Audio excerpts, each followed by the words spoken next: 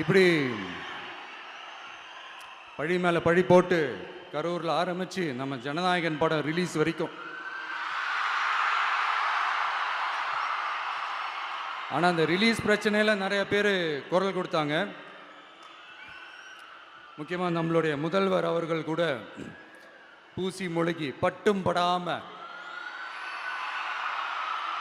குரல் கொடுத்தாங்க. But what ever it is, குரல் கொடுத்த அவங்களுக்கும் மற்றவங்க எல்லாருக்கும் இந்த நேரத்தில் என்னுடைய நன்றியை தெரிவிச்சுக்கிறேன். இப்படி நம்ம வெளிப்படையாக பேசுறதுனால சிஎம் சாரோட மனநிலை இப்போ எப்படி இருக்கும் தெரியுமா? ஏற்கனவே கட்சிக்காரங்க தொல்லை தாங்க முடியல, தூங்க விட மாட்டேறாங்க. இந்த விஜயம் வந்து தூங்க விட மாட்டான். நம்ம பாட்டுக்கு ஹைவேல சைக்கிளில் சோலாவா போலான்னு நினைச்சோம்.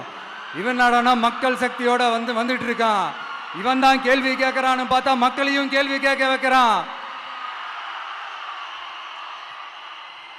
1000 ரூபாய் கொடுத்துட்டு இருந்தோம், 5000 ரூபாய் கொடுத்து ஏமாத்தலான்னு பார்த்தா அதையும் கேள்வி கேட்க வைக்கிறான்.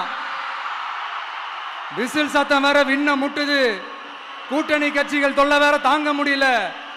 இவன் பண்ற பிரச்சாரத்தையாத்த முடக்கலான்னு பார்த்தா அப்பவும் மக்கள் அவன் பின்னாடி தான் நிக்கிறாங்க. என்ன பண்றது ஏது பண்றதுன்னு தெரியாத ஒரு மனநிலையில இருப்பாரு. ஆனா சார், நீங்க இந்த விஜயம் முடக்கலாம், ஆனா ஒவ்வொரு வீட்டில் இருக்கிற ஒவ்வொரு விஜயையும் உங்களால முடக்கவே முடியாது.